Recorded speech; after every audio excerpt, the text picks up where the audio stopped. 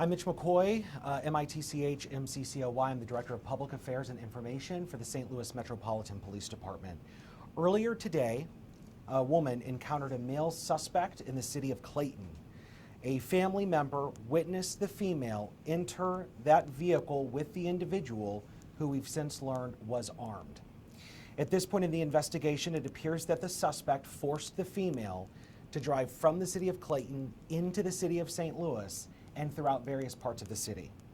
During this encounter, the victim's loved one was following. At one point, the armed suspect shot at a family member near Euclid and Enright. No one was injured in that gunfire. Around 11 o'clock this morning, you all are well aware that District 6 officers responded to the shooting. Officers arrived on scene. This was in the 4700 block of Greer.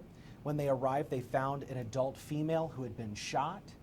She later died at the scene. Homicide detectives were called, and they are taking the lead in the investigation. They will also be investigating the gunfire incident at Euclid and Enright. The medical examiner will be performing an autopsy. The medical examiner will then confirm the identity of the female. Next of kin notification is pending, so please be respectful of that. At this time, it does appear that the Clayton case and the St. Louis case, that they're both connected. Clayton police will be assisting us in our ongoing investigation. Homicide detectives are going to be leading it. I would encourage anyone with information to call Crime Stoppers. You can also call our homicide division. This is a case that is very, very active.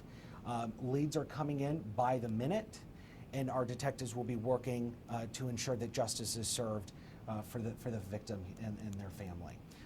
It's still very ongoing, and so I don't have a lot of information, but I wanted to try and provide as much information that we knew here at this evening, okay?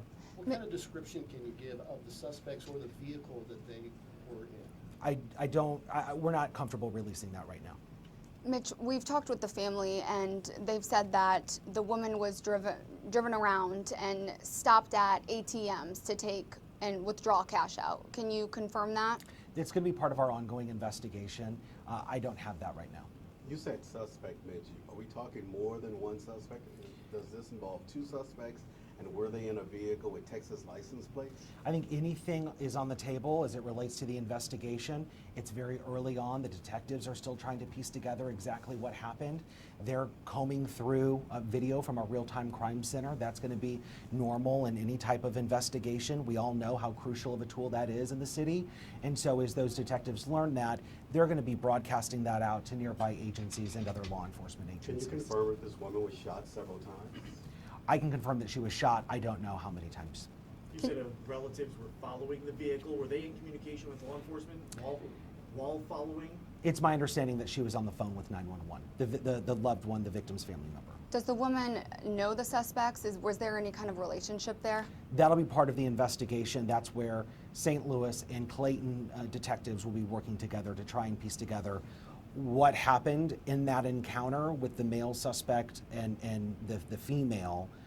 That's our victim, because that originated in Clayton. That's why Clayton's involved. They're going to try and piece together what happened. Can you confirm if the suspect drove a yellow Dodge Ram truck? I can't confirm that. So is this like a kidnapping case? It's very early. We know that there was some type of an encounter with the female. She got into the vehicle. The male was there. We've now learned he was armed. She got into the vehicle. The car who was following, did that person shoot at the car? Sorry, who? The loved one in the car following, did you say that person shot? No, the suspect that was in the victim's car shot at the victim's family member. Who was driving? Who was driving following while on the phone with 911. So she didn't get into the vehicle voluntarily. Was she forced into the vehicle? That'll be part of the investigation, but I know that at some point she encountered the male suspect. She got into the vehicle. On her own? It'll be part of the investigation. Anybody in custody? No one is in custody. Is there a threat to the community right now? Should anybody be worried? I don't think that there's an active threat to our community. I think that as the investigation develops, our detectives will be updating us throughout the night.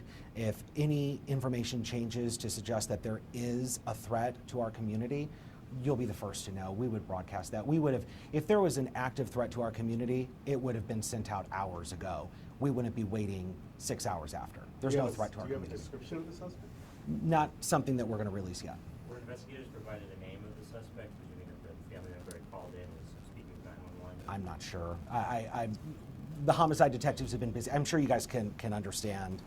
The homicide detectives have been busy around the clock since 11 o'clock this morning, at least here in St. Louis. Clayton has been working around the clock since 7 o'clock this morning. Regarding that, So I think that information's very fluid.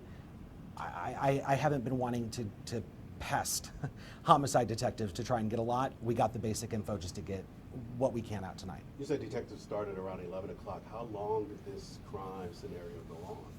Well, we know that the encounter that happened in Clayton happened around 7 o'clock-ish this morning.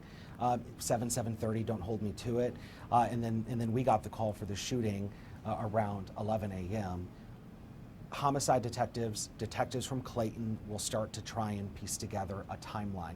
A timeline is critically important in a case. It can provide critical clues, it can provide evidence, and so the detectives now are trying to fill that gap and identify the timeline so we can try and get somebody in custody. You say y'all working together, right? We are working together. At what time were police first notified? Was that, were Clayton police notified separately around after I can 7 only a.m. or- I can only speak for St. Louis Metropolitan Police, and the St. Louis Metropolitan Police got a call for a shooting around 11 o'clock. I believe the Clayton case, that was around 7 or 7:30. Yeah. So Is Do that you 11 expect- o'clock shooting when the victim was shot, or is there a separate shooting that could have happened after 11? the shooting that resulted in our homicide was around 11 o'clock. Okay. And do that we was in the know- 4700 block of Greer. Do we know if that victim was a bystander on the street, or did that victim come from the vehicle that was being driven around? At this point, we believe that the case that unfolded in Clayton and our homicide investigation tonight in St. Louis are connected. But in terms of who the victim is, was the victim inside the vehicle that was involved in this kidnapping, or was this just some other person on the street, as far as we know? We believe that it's the victim from this morning. The cases are connected. Do you expect to release the victim's name today? No. So we have to go through, and I'm sure you guys can all understand, families are being notified now, right? I mean, we just saw that.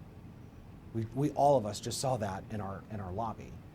So family members are just being notified right now and are being given the news that they're not going to have a family member at the table for Thanksgiving or for Christmas, right? And so we have to respect that grieving process, but we also have to respect the scientific process that unfolds at the medical examiner's office and where we can confirm the identity.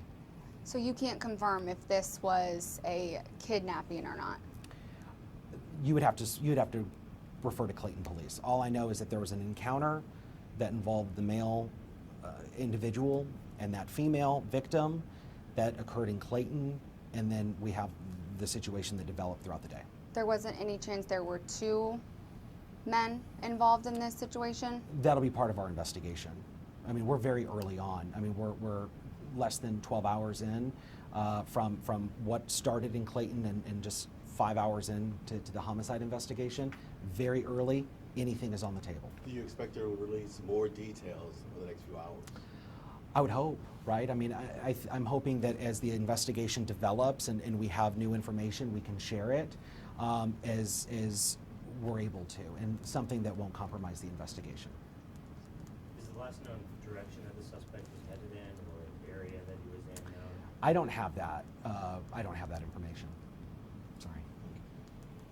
Thank you. Okay. Thank you, guys.